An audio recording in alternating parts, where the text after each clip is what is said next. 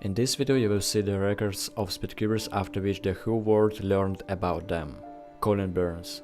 As of 2015, the world record for solving a 3x3 Rubik's Cube was 5:55.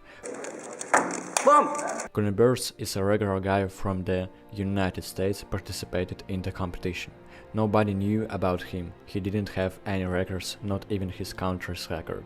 But on April 25, 2015, at this competition, he set an incredible world record of 5:25.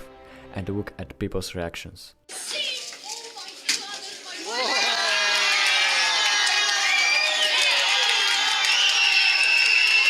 Władysław Szybski. For 2014, Władysław already had several national records of his country in big cubes. His dream is to have a world record in 7x7, and on October 5, 2014, his dream came true.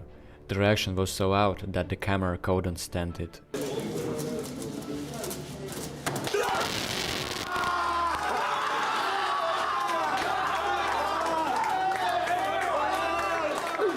Pawan Ravindra. This guy has also already held several national records in the United States. He was also little known until he set the world's 4th best 3x3 single, 5:58. The response was also amazing. Wow.